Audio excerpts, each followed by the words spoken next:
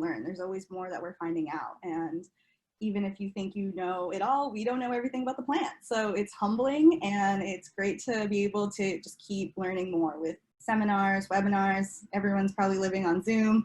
And there's a lot of opportunity to learn from researchers firsthand. And, you know, that is a great transition to your online presentation, which we all hope to learn a lot and get exposed to some new ideas. So let's transition over, and I'll just give the audience a couple housekeeping things. Please submit your questions either through the Q&A function or the chat. Nigam and myself will be screening these and getting these ready to ask our guests after her presentation. Mm-hmm. But so, ladies and gentlemen, please give a very muted round of applause to our guest speaker, Monica Taing, PharmD. Often imitated, never intimidated. Please take it away. Thank you, Jehan. Thank you, everyone, for joining us. Today, where I am in New Jersey, it's like a cloudy day and overcast, so it's perfect to stay indoors while we should be staying indoors, because we are now living in these really uncertain, turbulent times. And I'm going to be discussing everything in terms of like cannabis and cannabinoids, the basics, and complementary and alternative medicine, and how it frames with the medical professional perspective of patient safety, prioritizing it from an ambulatory or outpatient care perspective, and tying in pharmacology, so that for this particular audience, with the understanding that chemists are trailblazing in pharmaceutical R&D, that there's opportunity to modulate potential templates that will act on the endocannabinoid system, and we'll go over that, and what's happening currently and future prospects for what is out in terms of like the patient population, their priorities, their concerns, and how guiding them with science, distilling it down simply, and focusing on what the patient really prioritizes individually, personalizing that counseling ties into the therapy and care of delivery methods, formulations that they use, potency of cannabis-based products or cannabinoid-based products. And it's really exciting to be able to educate them, but also this is a time where we have to be sensitive and prioritize COVID-19. So a great resource that I found helpful was the National Center for Complementary and Integrative Health, particularly because patients are sheltering in place at home. They are we're all collectively going through this together, and patients particularly are feeling isolated. They are at home, they're concerned about their health in terms of if they have chronic comorbidities, what's going on, how does COVID-19 affect them individually and personally, what can be done to manage that. And when I'm on other social media platforms, it's just COVID-19 all the time, COVID-19 every day, everything about the coronavirus in terms of here's a timeline of snapshot where while this all, source from Medscape, while this all started relatively recently, it seems like a lifetime ago, and people are looking towards preventative treatment modalities that they can use and incorporate into their everyday life and like other regimens, and also what they can use instead of conventional drug therapy. And it's interesting that cannabis and cannabinoids kind of bridge the gap of the two.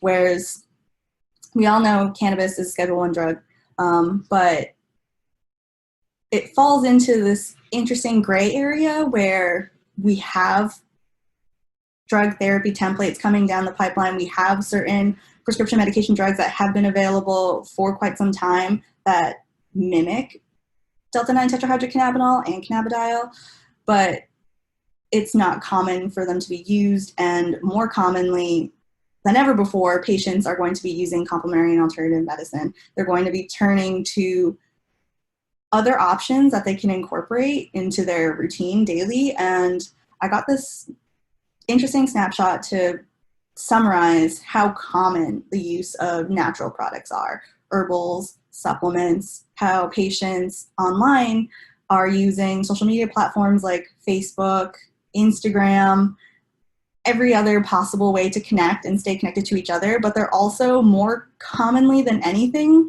telling each other what herbal remedies and supplements they can use to boost their immune system, to optimize their mental health and wellness, to reduce anxiety, to treat depression. And these herbal remedies have existed in all ancient civilizations for thousands of years. So they're not going anywhere, but there's still the controversy and speculative hesitancy that conventional healthcare providers face with the lack of education or understanding around these herbal supplements and other natural products, even though the word natural doesn't technically truly exist in a pharmacotherapy paradigm. But patients are still paying out of pocket for it. $30 billion annually is being spent by patients on different types of complementary and alternative medicine. And we're going to go over the different types or the domains of them. But this is a snapshot to indicate that these are the common products that are being used. These are the non-supplement, non-herbal based forms of manipulative therapy that they're also seeking out increasingly. And it's interesting that patients guide each other when they have this stigmatized mentality that they can't turn to their provider for this education. So it's something that I'm seeing all the time. People are hosting their live chats, they're hosting their own webinars, they're hosting their own support groups, and they're talking about how you can use cannabis and cannabinoids in addition to the complementary alternative medicines that are available in store at GNC, where you can buy it on Amazon and have it shipped to you directly without ever having to leave the house. But I thought this would be an interesting way to also frame what's going on in the last couple to few years. In June 2018, Epidiolex was FDA approved and released to the prescription market. So it was originally TBD, to be determined on its scheduling, and then placed in Schedule 5.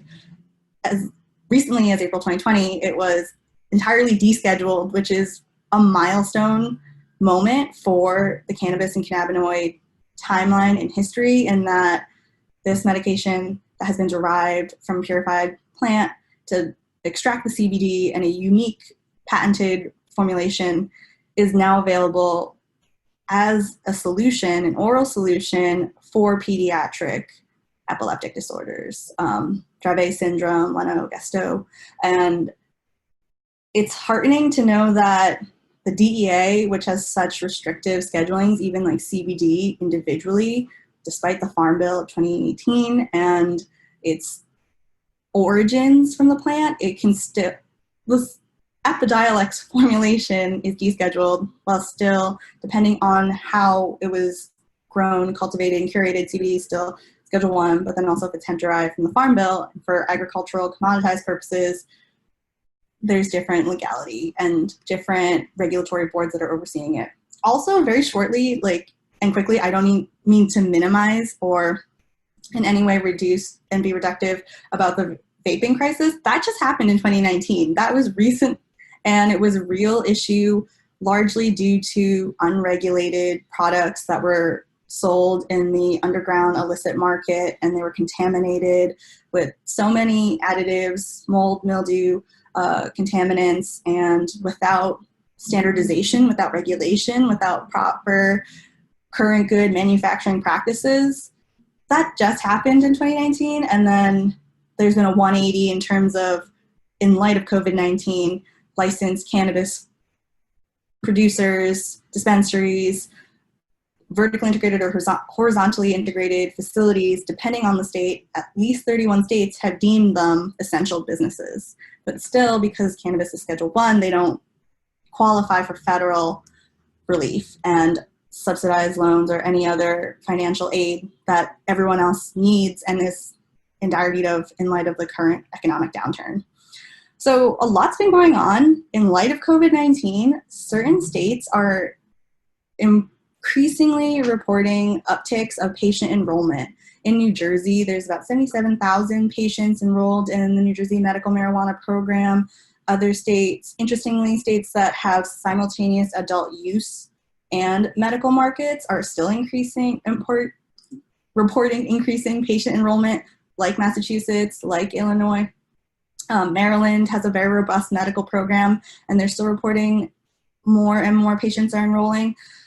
So they're looking for treatment modalities. They're looking for alternatives to their conventional care that they can incorporate, because they're, in spite of everything, in spite of the very real concern of unregulated products and the risks they pose, and in light of, on the other end of the spectrum, the extreme of Epidiolex being descheduled, there's still so much we need to educate the general public on, and medical providers, because there's a spectrum. There's not one size fits all for the product. For the patient, the cannabis plant unto itself is very multifaceted and unique. So we still have a long way to go. Ultimately, patients are seeking more products. This is just more of the background of how the general public in the US perceives cannabis to be a medicinal benefit. 64% of adults aged 21 and over. Consumers in 51% of legal states believe it is medicine. Increasingly, the baby boomer population is overcoming that hurdle of stigma and discussing it openly with their providers. And CBD products are everywhere. Gas stations, bodegas, grocery stores, Amazon. You can get CBD, and depending on the state, depending on the source, there's so many different reasons people are using them. So I just thought it'd be important to fit those two together. So with coronavirus, there's the acute long-term complications. It's the respiratory, in that there's still so much we need to learn about the coronavirus, and so much long-term data that hasn't been established yet. In terms of the very severe complications that can occur, these are all issues that are in the back of the mind of a medical provider when we're talking to patients about potentially using cannabis or cannabinoids. I've spoken to medical providers and they're like, why should we legalize cannabis? Why would I enroll my patient in the medical program when I can't justify a patient smoking a plant that's psychotropic? Because if we're worrying about coronavirus, this is respiratory illness, and the reported decrease of the immune function that happens is just unjustifiable. So complementary and alternative medicine and cannabis are incredibly controversial, as we all know. It's very polarizing, and it's bridging that gap and educating the providers on understanding that there's different delivery methods. Also going over, I included the slide on like the signs and symptoms and the priorities that providers have currently with everything going on. So of course, acute and long-term complications, the immune system function, and also like immunocompromised patients are already at risk. They've always been vulnerable to so many poor clinical outcomes and prognoses that have to be closely monitored. And then mental health. A lot of people are, and I totally understand, there's a collective grief, anxiety, uncertainty around what's going on. Worsen depression. Do people have to quarantine alone? There are people currently going through and trying to navigate unemployment or inability to pay rent, and issues around food security. These are all very real issues right now and in long term. So they're in the back of the mind of providers, and they bring them up in trainings when I'm doing medical grand rounds, when I'm doing online training webinar series, and it's something that we're going to go through.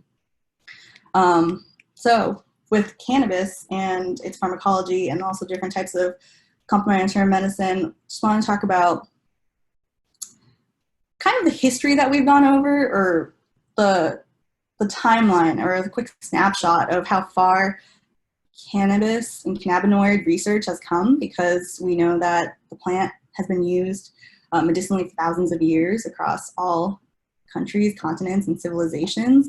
But then in terms of the different types, I always break it down that there are three overall categories of cannabinoids. First being the endogenous cannabinoids. They're internally produced, 2-arachidonoglycerol, and 2-AG for short, and anandamide are the primary endocannabinoids. There are other ones that have been established and researched, but the primary focus of 2-AG and AEA in the literature is abundant, as I'm sure everyone knows. I do recommend brushing up on what's available in the literature from PubMed because there's so much in terms of in vitro studies, but interestingly, with in vivo studies, people just sleep on 2-AG and AEA. There's a lot of research opportunities around understanding how pharmacotherapy will affect the enzymes that synthesize or break down 2-AG and AEA and how they can help with balancing homeostasis in the body for acting on the CB1 and CB2 receptors of the endocannabinoid system.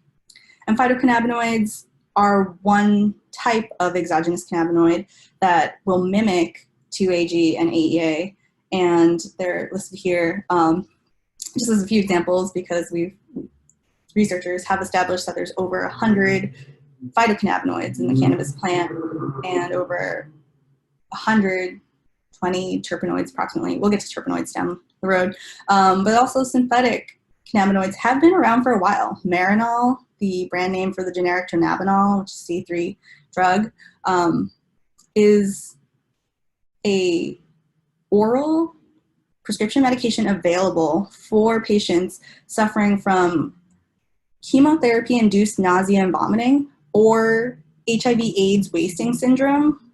And it's to help with nausea and vomiting as a THC synthetic derivative, but then also to stimulate appetite and weight gain so that patients suffering from wasting syndrome can try and stymie the clinical progression of uncontrolled AIDS.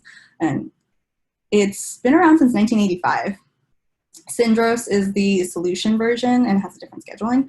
Sesamet is nabilone in C2. It's an artificial analog of THC. It is more potent due to its pharmaceutical manipulation and that it mimics a phytocannabinoid template, but it's been altered. So it's kind of like THC on steroids, I guess, or enhanced. And interestingly enough, rimonabant is a drug that's been around or was released, and it was a while ago, but it was removed from the market because patients reported poor outcomes. Yes, it was available for prescription through your licensed provider, but there were a lot of psychiatric adverse effects that patients were experiencing due to rimonabant. So it had to be taken off the market. It got as far as worsening depression, suicidal ideation, and the pharmacology of the cannabinoids that I summarized in the chart. It's so fascinating that from a chemist's perspective, from a pharmacist's perspective, chemistry, pharmacology are so important. They're the groundwork, the framework, the ultimate foundation that you would work off of for understanding a drug, because without pharmacology, how would you be able to understand pharmacodynamics or pharmacokinetics? How would you be able to innovate on a drug formulation and improve? So lessons learned are rimonabant as a full agonist was overly potent, and while people wanted to use it for appetite suppression and for weight loss and obesity, the exchange that was derived from using a full agonist at the CB1 receptors, the risks outweighed the benefits. So lessons learned from rimonabant are that we have to fully keep researching the endocannabinoid system, still work on critiquing the different activity, binding affinity, and pharmacology of cannabinoids and their activity at the CB1 and CB2 receptors. It's interesting in that K2 or spice are synthetic cannabinoids that you can get from an illicit source, and they're quote unquote street drugs. So if a patient purchases cannabis or cannabinoid products from a source that is suspect and it's laced with K2 spice, God forbid, possibly fentanyl, they don't understand that, they don't know that, and then if they have a psychotic event and present to the emergency department, that will get misdiagnosed commonly as cannabis botanically. Whereas, again, these synthetic cannabinoids act differently from the actual phytocannabinoids and endogenous cannabinoids produced by our body. And there's not a blanket, broad generalization that you can apply to them. If fundamentally they act differently, their kinetics and their pharmacology are incomparable. They don't match up, and they're not universal in that way. So an overview of the endocannabinoid system. Fun fact, in my educational profession, I actually directed the design of these infographics, and I had them adapted from the National Academies of Science, Engineering, and Medicine, from their report published in 2017 on the health effects of marijuana, and I recommend that PDF if you haven't read it already. It is so incredibly helpful, and there's so many references that are cited that you can just take a deep dive into the literature, and it's a really great framework to work off of to get more understanding on the chemical level of what's going on. So I brought up the endocannabinoids, the primary endocannabinoids, AEA and 2-AG. AEA, or anandamide, the root of the word anandamide, ananda, is Sanskrit for bliss. And as partial agonists at the CB1 and CB2 receptors, THC mimics their activity, so that's why it's psychotropic. And cannabidiol, we're still, for the general public, providing the education that it is psychoactive, yes, but it is non-mind altering in that it doesn't cause the same euphoria or high that THC would. Anandamide, being an endogenous cannabinoid, isn't the only natural euphoriant produced by your body. Endorphins are also endogenous opioids that your body produces. If you've ever heard of the runner's high that you get after physical activity, those are, yes, of course, your body is producing the neurotransmitters of dopamine, serotonin, but also endorphins. And endorphins give you this feeling of elation. And natural euphoriants are working to balance and maintain homeostasis in your body, like the endocannabinoids acting on the endocannabinoid system.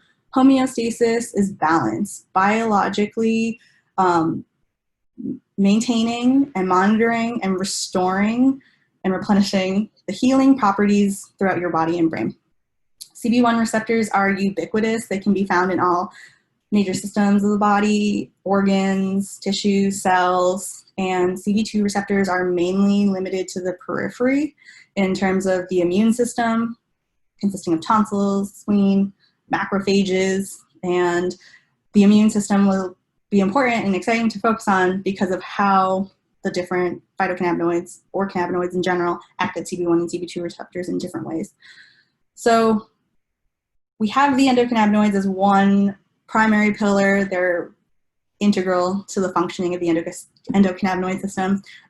With the ECS, I always explain it very simply in that you have the receptors, you have the conventional, typical CB1, CB2 receptors, but then you have the atypical ones that cannabinoids can act at, TRPV, GPR55, the purported putative CB3 receptor, which is typically atypical because it doesn't conventionally line up with and meet the definition of like actual cannabinoid receptor. I know that's also controversial, but with the data that we have now, I'm comfortable with labeling it, listing it as an atypical receptor. There's a huge amount of opportunity for research and development around innovating ligands and therapeutic targets of these receptors, and also the enzymes that form in terms of synthesis and the enzymes that degrade or break down not only endogenous cannabinoids, but also other cannabinoids. CBD, for example, will inhibit FA, and that can increase levels of anandamide in the body. And with oxidative enzymes, cyclooxygenase enzymes that break it down to its precursor of like arachidonic acid, that's where pain modulation comes into play. And that's where it's very exciting. Like, I love reading the research on this because it's so fascinating to hear what researchers are discussing about what's going on in terms of opportunities for modulating at the biomolecular level the different amounts of the three different pillars and what can be done with comorbid conditions as you're trying to optimize symptom control, because cannabis, cannabinoids, the endocannabinoid system in no way are curative, but they're integral to patient health, like overall health, of course, quality of life, and healing. We should probably start teaching all the other medical providers, researchers, and other people in science spheres about the endocannabinoid system. There's no standardized conventional didactic curriculum in pharmacy school, medical schools, for nurses, all specialties never really hear about the endocannabinoid system. So during my medical grand rounds, it's just a bunch of true and false questions that I like sprinkle throughout the lecture to see to gauge their understanding and their previous knowledge. And usually I'm the first educator that encounters the doctors and the other pharmacists and nurses, and I walk them through it. But also, I'm sure everyone knows, with complementary alternative medicine and cannabis, it's like taking a sip out of a fire hydrant, and there's just so much that you have to go over with them that you want to give them almost like a background, a primer before the lecture so that they can understand terminologies. They're usually just so overwhelmed by the introduction of all of this that they really grasp how much science there is at the end of the lecture. So whether it's like 60 or 90 minutes, they're like, wow, that was really involved. So moving more quickly, the entourage effect is a theory of how the endogenous cannabinoids of our body work together. It was proposed by Dr. Ethan Russo, but also he theorizes it. So there's more data that needs to be proven to substantiate this claim that the entourage effect works with not only complementing the different types and balance and concentrations and amount of endogenous cannabinoids acting at CB1 and CB2 receptors, but also the different phytochemicals that are integral components of the cannabis plant, such as terpenoids or terpenes. They're organic essential oils that impart aroma and flavor, or flavonoids, which are really interesting phytochemicals that provide pigmentation or color to the plant, so that they're also protective in that for animals, and it's a evolutionary mechanism of self-defense for the plants so that they're undesirable to be consumed by animals. But then also coloration of plants in New Jersey for the medical marijuana program, you can get whole plant. You can get bud or flower, I just didn't mean to say blood, from the dispensary. So you can purchase them in quarters or eighths, and the monthly purchasable limit is 3 ounces. Patients want to look at the product. They want to look at the plant before they purchase it for how purple it is, because they've been told by the all-knowing, all-accurate internet that the more purple, the more potent it is, and that's as much, it's going to be indicative of how much THC it is, when really an example of a flavonoid would be anthocyanin, and that is what's giving it the purple-red hue, different concentrations of that. Or sometimes growers in like West Coast states will put beet juice in their indoor grow facilities in the soil so that it makes it more purple, so that it's more appealing for purchasing. Something interesting I learned from a master grower. But we have the terpenoids, we have flavonoids, they're adaptogens, so they're plant-based entities, chemical compounds that are, of course, organic, but they will contribute to this entourage effect. The entourage effect, in a really neat summary that I try to simplify for people who've never heard of it before, is the entourage effect. It's kind of like how an orchestra works together to complement each other in sound, and it would be like the percussion section with the woodwinds and the other instruments all working together, and the orchestra just being able to produce lovely music. So that's like one analogy for the entourage effect. Alpha-pinene is derived in pine, limonene is from citrus fruits, and myrcene, beta-carotene from hops, from black pepper. These terpenoids are pretty abundant in the literature, and also the FDA has the designation of GRAS, generally recognized as safe, for terpenoids. So that's another avenue of research at the chemical level. Terpenoids are so common in health and wellness products, in terms of linalool being the terpenoid common to lavender. There's so many lotions, creams, and I mean even candles that have these terpenoids in them. And the research opportunities alone for terpenoids, I think, are part of the future of cannabis legitimization for a medical potential entity. But then also, I mean, even going back for the cannabinoids, there's still the acidic forms, and we still are scratching the surface on what we know about them. But also, as a patient counseling education point, you can see the trichomes here, the frosty glandular crystals embedded all over the plant. The trichomes contain the terpenoids and flavonoids. When I'm educating patients or even providers, I have to counsel the patient or the caregiver to not handle the plant with their fingers or to break it up with just their fingers, because they're going to strip the plant of the trichomes and reduce the overall potency and efficacy. Interestingly enough, with patients, I guess actually going back to this, patient preference is so important.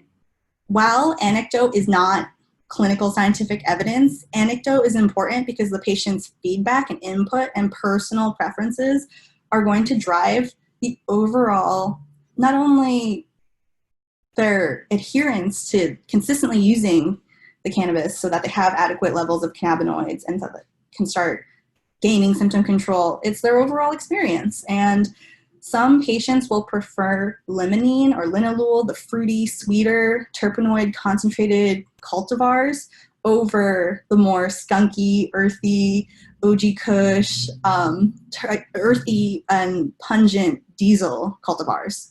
Chemotype is really important. So I think that with that understanding of the plant, it's also really important to go over the onset of action and duration of action, depending on the route of administration that's available to the patient. Like I had said earlier, whole plant, bud or flower is available in New Jersey for the patient or caregiver to purchase. But in New York, direct access to the flower, purchasing it from an RO, is not currently allowed. You have to purchase it either as a derived formulation, topical, whether that's cream, lotion, or ointment, or even the formulated sublingual oil, a vaporizable form. And it's really prohibitive in the way that a lot of patients want access to the actual plant. They want to experience the effects of the whole plant without having to deal with the formulations, but you do have to work with what you have. So that education is important in terms of explaining to the patient, explaining to their caregiver, there's a huge difference between onset and duration. Inhalation, whether it's smoking or vaping, that can happen so quickly, and it can be seconds to minutes. You also have to not only consider the product, but the patient and their previous level of experience, because that will be indicative to some degree where you can gauge tolerance. With oral ingestion, sublingual is pretty quick with like buccal absorption under the tongue or in the cheek, but with an ingestible, whether that's an edible or a capsule or tablet, that could take 30 to 90 minutes, but then there's an extended duration of action with something that's going through your digestive tract as it's being broken down by the stomach, by your intestines, and getting converted into a more potent metabolite, which we'll go over later. And then topicals are kind of, I like topicals in that they're going to have local administration, they avoid systemic absorption, but the increasing variability of them is another research opportunity, another avenue for chemists to really evaluate, because we know cannabinoids are lipophilic. So in terms of like an ointment being more of an oil-based product over a water-based product, the oil to water content will optimize, ideally, the absorption of a hydrophobic component, because we want to focus on like the lipophilic component, and ointments are like slower to absorb. But also if the patient wants fast relief, there's so much that can be done around it for research. And I think that it's really exciting. I know this is so nerdy, but I really want to see what research is established around it, because I, even to the topical degree of learning about transdermal patches, just the other day, this week, I was consulting with a medical doctor who is a chief medical officer, of a licensed cannabis dispensary that operates in Michigan. It has the adult use market and it has the medical market that's been around for a decade. And we were consulting this California-based transdermal patch company that they produce different ratios of CBD to THC, CBD only, and they have their third generation coming out. And we were explaining to them the different opportunities around researching the transdermal patch. There's a lack of data in the literature, and more definitely needs to be done. Being aware of time. So there's 5 domains of CAM. We're really going to focus on, these are just definitions because I fell down a rabbit hole of there's so many terms and terminologies that overlap. Cannabis and cannabinoids most typically would fall under the biological-based therapies, while we could also talk about the efficiency of mind-body medicine around manipulative and body-based therapies, because osteopathic, chiropractic manipulation are beneficial in their own way for patients with chronic pain, with muscle spasticity, rigidity. The meditative benefits that come from the mind-body domain with yoga are known on a pathophysiological level. So this is just one example, because a lot of patients, again, going all the way back to the beginning where we're talking about coronavirus and COVID-19, a lot of patients are asking, what can I do to maintain my mental health? What can I do to maintain my overall health and wellness? Yoga is actually something that would be really beneficial to the patient, and something that,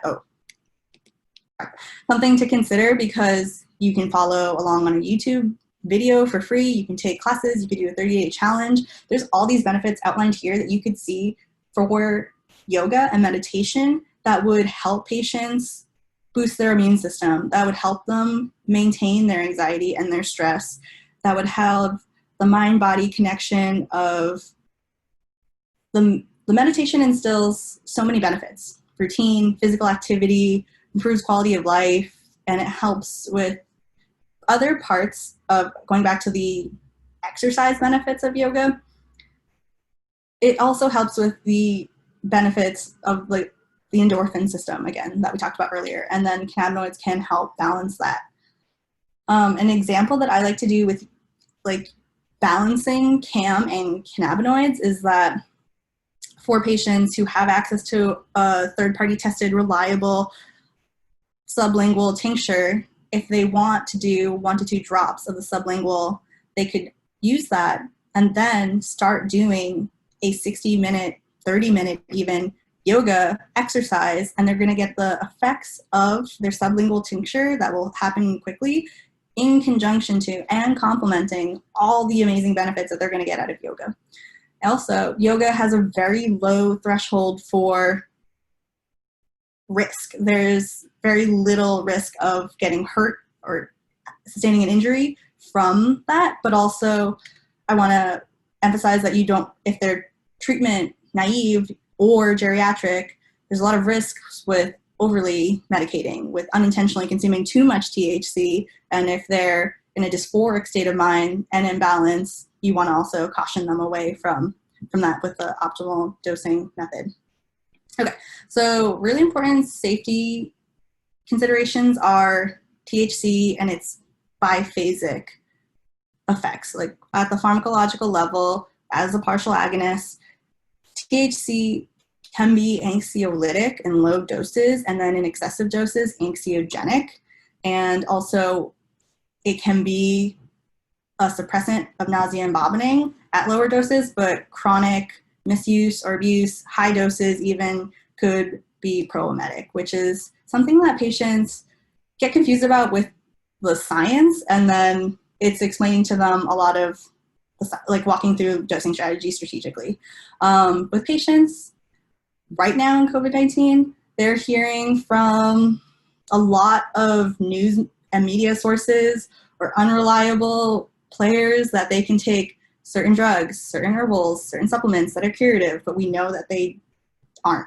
And then there's also, even with patients who are going through treatment in the hospital, if they're going, or even outpatient, and they think that they have risk and they're going to get the antibiotic azithromycin, that can prolong the QTC interval of not only their cardiac function and potentially lead them at very severe risk, but also other drugs like the antihypertensive angiotensin inhibitors can also induce dry cough. So like these things that are specific to drugs that are conventional pharmacotherapy even certain ones that will be antiretroviral therapy that act on immune function, antidepressants, antipsychotics.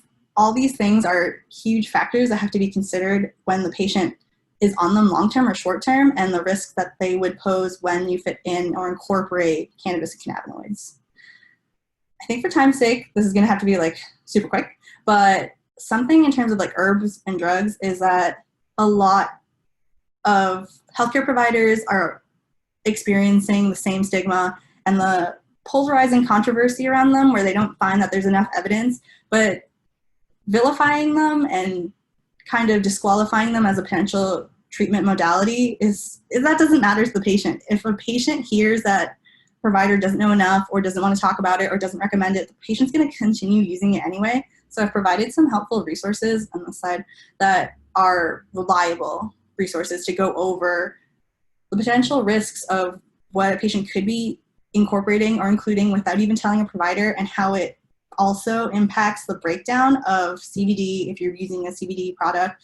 If it's a whole plant option, then there's also going to be the consideration around THC and how everything going through the liver enzyme metabolism pathway is going to interact with other things that are either already used regularly or newly introduced to the body for that patient.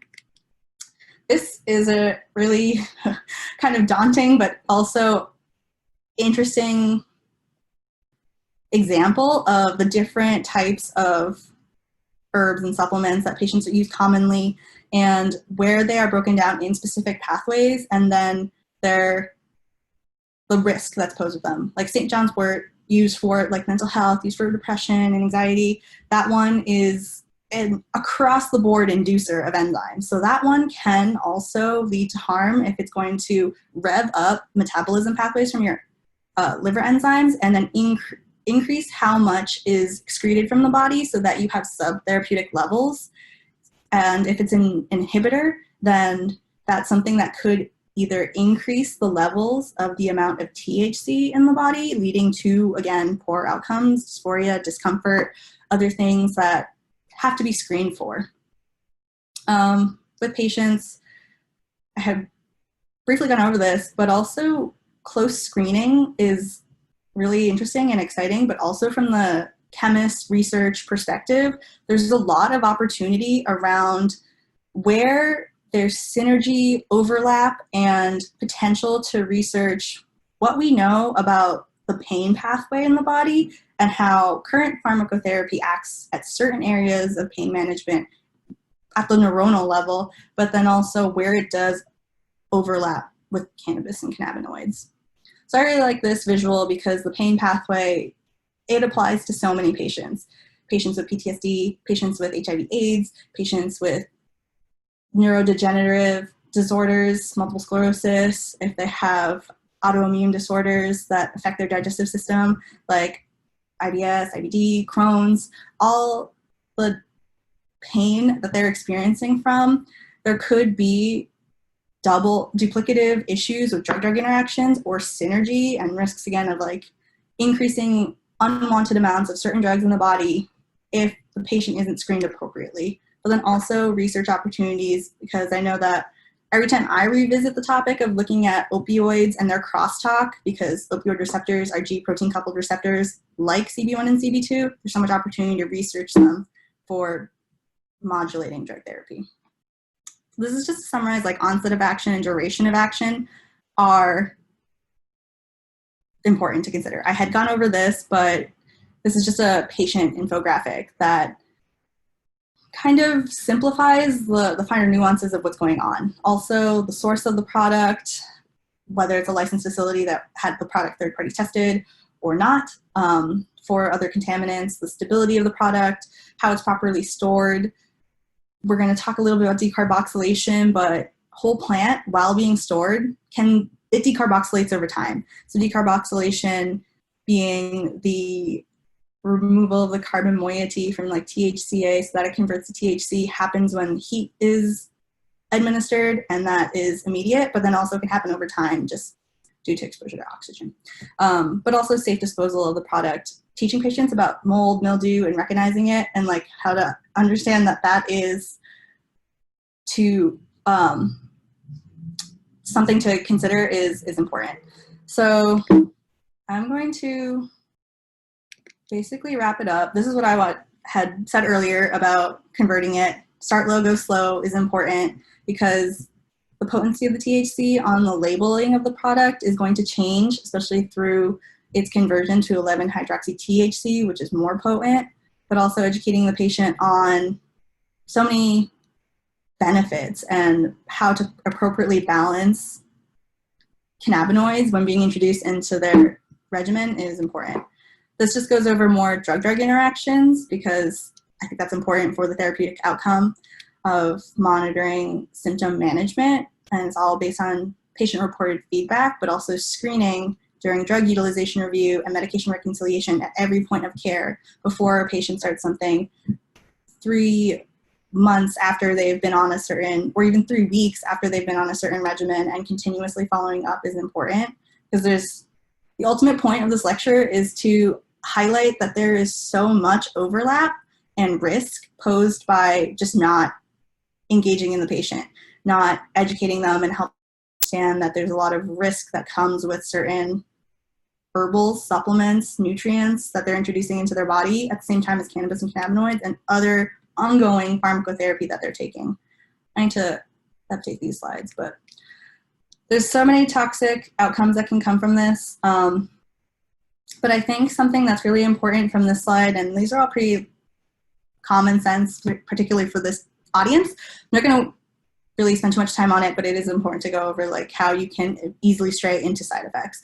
And with patients sheltering in place, if they are getting a THC product or they're going to try experimenting with making their own edibles for the first time, with increasing cannabis use at the home, while people are at their homes, sheltering in place, when someone unintentionally overconsumes too much THC, there's nothing better than first a cold glass of water, taking a nap, and what else can you do? You're safe, you're at home, but you shouldn't present to the ED because it's not life-threatening. It is incredibly uncomfortable, but again, explaining and simplifying pharmacology to patients is going to be important. So in conclusion, while patients are at home, they're increasingly going to be looking for complementary health approaches. While the data and the literature are limited in the evidence that substantiates their efficacy in conventional treatment paradigms, patients are still going to use them anyways. And again, so many audiences and all these other social media platforms are educating each other on what to do, on how to use seaweed in a tea, how to use ginger, ginseng, ginkgo biloba, like all these things that are going to help, but they're also potentially pretty dangerous, like St. John's wort, SAMI. I wish I had more time to like walk through all the different liver enzyme pathways, but I've obviously gone over time anyways. Cannabis and cannabinoids are equally controversial, but ultimately, if you can understand and teach others that the endocannabinoid system is for homeostasis, for balance, and returning function in the body, it's for protecting, like stimulating an immune response. It's for the forgetting process that's helpful, especially for patients with PTSD where they have nightmares or terrors or flashbacks.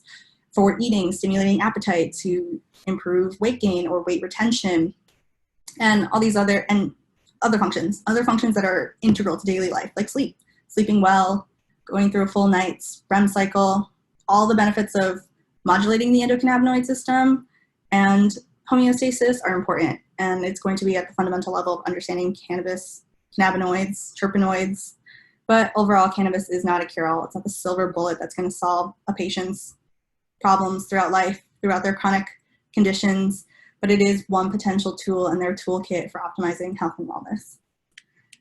And that is my very quick summary of everything that I want to go through with everyone. Thank you. Thank you, Monica. I would have to say in my days as a moderator of the Journal Club, this is perhaps the most well-referenced presentation I have ever seen. So thank you for really diving in there. I wish we could have given you 2 hours to go into some of those topics. One of the things I wanted to ask you is, I know we're a little bit over time, but just 1 or 2 questions. during this time, you seem to go over some myths and misconceptions and, laying out the science there.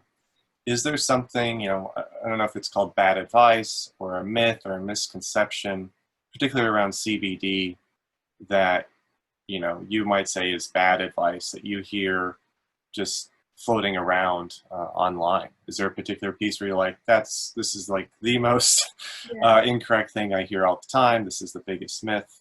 Yeah. Thoughts on that? For it, in common groups of like social media support groups, they will talk about how they conflate that cannabis and CBD are somewhat the same, and it's not a one plant fits all plant. CBD is like a standalone entity in the plant. There's so many other phytochemicals, as we went over. So they will talk about how CBD is curative. CBD cures all, and CBD is a panacea. That one is common. Earlier, I had been asked about commenting on the initial findings of a Canadian university and how they found that potentially cannabis and cannabinoids can go under further investigation to cure coronavirus. That was something that is very preliminary in its initial findings and is no way generalizable. We need more studies with vigorous design to prove that it's potentially powered to establish statistical significance with thousands upon thousands of patients enrolled to definitively prove if any way it does have curative properties. So that's a really common myth. Okay, thank you. We do have a question from Linda Pham, who is asking you to gaze, into your crystal ball.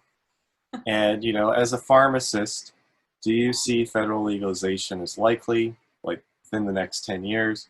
If you were to gaze into your turbid crystal ball, what would be your prediction there with federal legalization of cannabis? So when I first graduated, so bushy-tailed and bright-eyed in 2016, I was like, yeah, give it 5 to 10 years, federal legalization, let's go. And I was telling everyone at the end of my medical grand rounds and trainings that they should prepare. Now, I don't know, I'm not so sure. It depends on so many factors. Who's in office as the president at the time, the ability to work with the DEA, with NIDA ultimately, and they wield all the power. There's so much research opportunity that the financial benefit of rescheduling it as Schedule 2 instead of descheduling it altogether is viable. But then I'm heartened by Epidiolex being entirely descheduled in total. And I'm cautiously optimistic that it will be. I would, again, stick to the 5 to 10 years, but so many factors to consider. And it seems like if we're going to be more realistic, rescheduling it, just because pharmaceutical lobbyists, so many industries, like the big funding would benefit so much from it being rescheduled over descheduled, that has to play out. I know that it doesn't make any sense for it to be in its own way, like prohibited and like regulated and restricted with all this red tape. It's going to stymie research and really just incentivize and disenfranchise patients and drive them towards the illicit market. But the lobbyists on the Hill don't care about that. So I gotcha. Some of what I'm hearing is there is some promise and some surprise, like with a purified, standardized form of CBD that has been through the rigors of, agencies reviewing it and meeting those, the gold standard really of clinical evidence being descheduled.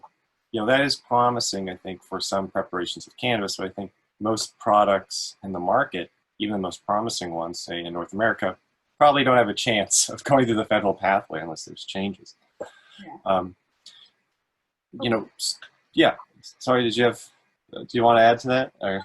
I mean, also I'm cautiously optimistic about seeing more education, more fact-based advocacy in terms of drug policy reform, because it could be generational. With the war on drugs and prohibition lasting nearly 80 years, when I talk to other younger medical providers and trainings, I'm like, it's not a gateway drug. And they're like, oh, yeah. Like, absolutely. Like, not in the way that it's been purported by propaganda and pseudoscience. It isn't as harmful as Harry Anslinger and his minions would want you to think. So when I'm talking to like the younger generations, I'm like, maybe you can be the torchbearers when you get into power, when you have seats in politics and policy, and you can influence change. They seem to be more tolerant and more understanding with more endocannabinoid education and outreach being provided. It's possible that they could turn this over because it wouldn't take that much effort from a mass body that has the influence. Great. All right, and so for our thank you, Monica, and our last question for the session, and I could talk about this stuff all day, but I know that other people on the webinar have other appointments. So our last question is from David Katz. How do you think COVID-19 is changing the practices within dispensary operations? And I think maybe focusing on what are some of the good things that are coming out of these changing practices. Personally, I think the advent of delivery services is vital for medical patients. I see that as a good thing that is being more supported by regulators and politicians. Because in some areas, delivery was banned because it was seen as a public health thing. But that's just my opinion. But what do you think about COVID-19 changing practices in the dispensary operations? And the challenge here is, what's good about those changes? What's good is that there's going to be more sanitation and safety practices.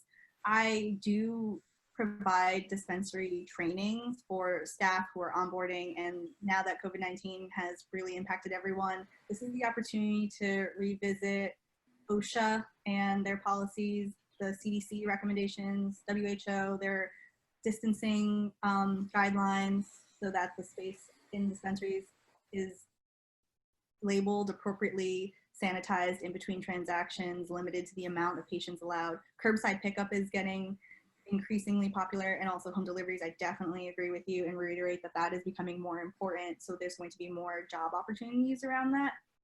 And also if we're talking about like in-house with dispensaries, I think the challenges presented by COVID-19 require that the operators and their staff step it up, like step up their game, because it's like you're gonna have to use PPE whether you like it or not. Like safe, proper handling of the plant, and being able to more closely monitor patient and transactions, and then the product for storage.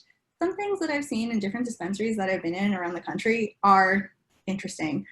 Interesting in that now it's going to be mandated and required through all stages of growing, cultivating, curating, packaging, labeling the plant, and following up more closely with the testing, following up more closely with expiration dates, appropriate labels. So I think that more patients are going to be requiring and demanding more from their dispensaries, and dispensaries are going to have to step it up, and they will, and some are. So that's great.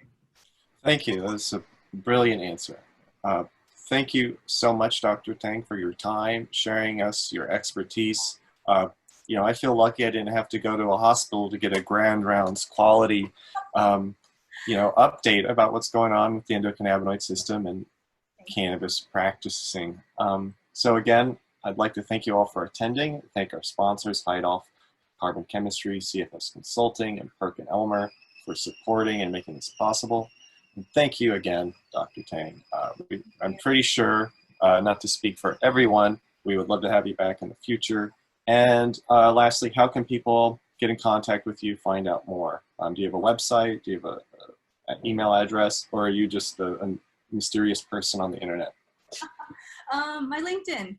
So definitely recommend that you connect with me on LinkedIn, reach out that way. And that's definitely the best way to reach me. Thank you, Jehan, for having me. It's an honor. Like when I got this invitation, I was like, whoa, Dr. Ethan Russo was on your journal club. This is so amazing. And thank you, Nigam, for just being incredible, supportive. A lot's going on. Some people are kind of bored and like restless at home, but for researchers and medical providers, I don't know, I've never been more busy, but doing this was great. Doing this is important and necessary. I would come back again for another one. So thank you for supporting me and inviting me. And I think this was a great conversation.